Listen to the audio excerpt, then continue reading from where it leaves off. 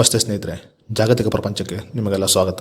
ಸದ್ಯ ಈ ಭೂಮಿಯ ಮೇಲೆ ಟೆಕ್ನಾಲಜಿ ಯಾವ ರೀತಿಯಲ್ಲಿ ಮುಂದುವರೆದಿದೆ ಅಂತ ಹೇಳಿದ್ರೆ, ಯಾವುದಾದ್ರೂ ಒಂದು ವಿಷಯ ಕೆಲವೇ ದಿನಗಳಲ್ಲಿ, ಕೆಲವೇ ಕ್ಷಣದಲ್ಲಿ ಬಹಳ ವೈರಲ್ ಆಗುತ್ತದೆ ಅಂತಾನೆ ಹೇಳ್ಬೋದು. ಫೇಸ್ಬುಕ್, ಇನ್ಸ್ಟಾಗ್ರಾಮ್, ಯೂಟ್ಯೂಬ್ ಸೇರಿದಂತೆ ಹಲವು ಜಾಲತಾಣಗಳಲ್ಲಿ ಪ್ರತಿನಿತ್ಯ ಯಾವುದಾದರೂ ಒಂದು ವಿಷಯ ವೈರಲ್ ಆಗುತ್ತಲೇ ಇರುತ್ತದೆ. ಅದೇ ರೀತಿಯಲ್ಲಿ ಸದ್ಯ ಕೆಲವು ದಿನಗಳಿಂದ ಯೂಟ್ಯೂಬ್, ಫೇಸ್ಬುಕ್, ಇನ್ಸ್ಟಾಗ್ರಾಮ್ ಸೇರಿದಂತೆ ಹಲವು ಸಾಮಾಜಿಕ ಜಾಲತಾಣ ಮತ್ತು ಮಾಧ್ಯಮದಲ್ಲಿ ಬಹಳ ವೈರಲ್ ಆಗುತ್ತಿರುವ ಒಂದೇ ಒಂದು ಹಾಡು ಅಂತ ಹೇಳಿದರೆ ಅದು ಉಪೇಂದ್ರ ಅವರ ಚಿತ್ರದ ಓ ನನ್ನ ನೀನಲ್ಲ ಹಾಡು ಅಂತಾನೆ ಹೇಳ್ಬೋದು.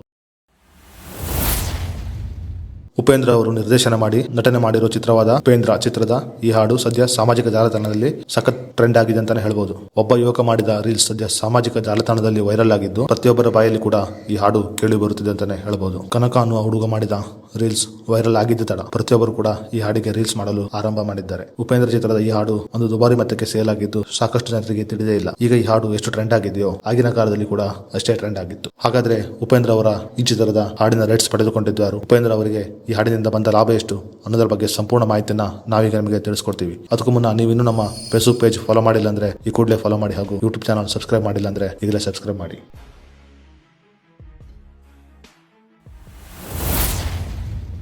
1999 ಇಸವಿಯಲ್ಲಿ ಬಿಡುಗಡೆಯಾದ ಉಪೇಂದ್ರ ಅವರು ನಟನೆ ಮಾಡಿ ನಿರ್ದೇಶನ ಮಾಡಿದ ಉಪೇಂದ್ರ ಚಿತ್ರದ ಕರಿಮಣಿ ಮಾಲೀಕ ನೀನಲ್ಲ ಈ ಹಾಡು ಇವಾಗ ಬಹಳ ಟ್ರೆಂಡ್ ಆಗಿದೆ ಅಂತಾನೆ ಹೇಳ್ಬೋದು. ಚಿತ್ರ ಬಿಡುಗಡೆಯಾದ ಸಮಯದಲ್ಲಿ ಅಷ್ಟೊಂದು ಫೇಮಸ್ ಆಗದೇ ಇದ್ದ ಈ ಹಾಡು 25 ವರ್ಷದ ನಂತರ ಟ್ರೆಂಡ್ ಆಗಿದ್ದು ಬಹಳ ಆಶ್ಚರ್ಯಕರವಾದ ಸಂಗತಿಯಾಗಿದೆ. ಈ ಹಾಡು ಬಹಳ ಅರ್ಥಗಳನ್ನು ಹೊಂದಿದ್ದು, ಈ ಹಾಡಿನ ಹಿನ್ನೆಲೆ ಮತ್ತು ಸ್ವಾರಸ್ಯದ ಬಗ್ಗೆ ಸಂಗೀತ ನಿರ್ದೇಶಕರಾದ ಗುರುಕಿರಣ್ ಅವರು ಮಾಧ್ಯಮಗಳ ಮುಂದೆ ಹೇಳಿಕೊಂಡಿದ್ದು, ಈ ಹಾಡಿಗೆ 2 ಅರ್ಥ ಇದೆ, ಅದನ್ನ ಜನರಿಗೆ ಅರ್ಥ ಮಾಡಿಕೊಳ್ಳುವುದು ಬಹಳ ಕಷ್ಟ ಎಂದು ಕೂಡ ಹೇಳಿದ್ದಾರೆ.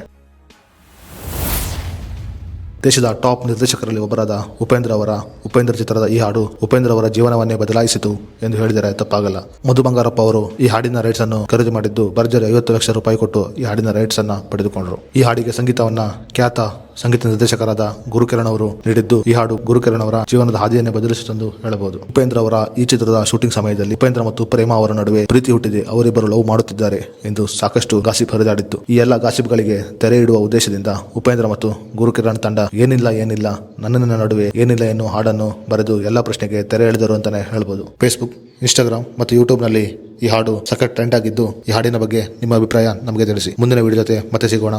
ನಮಸ್ತೆ.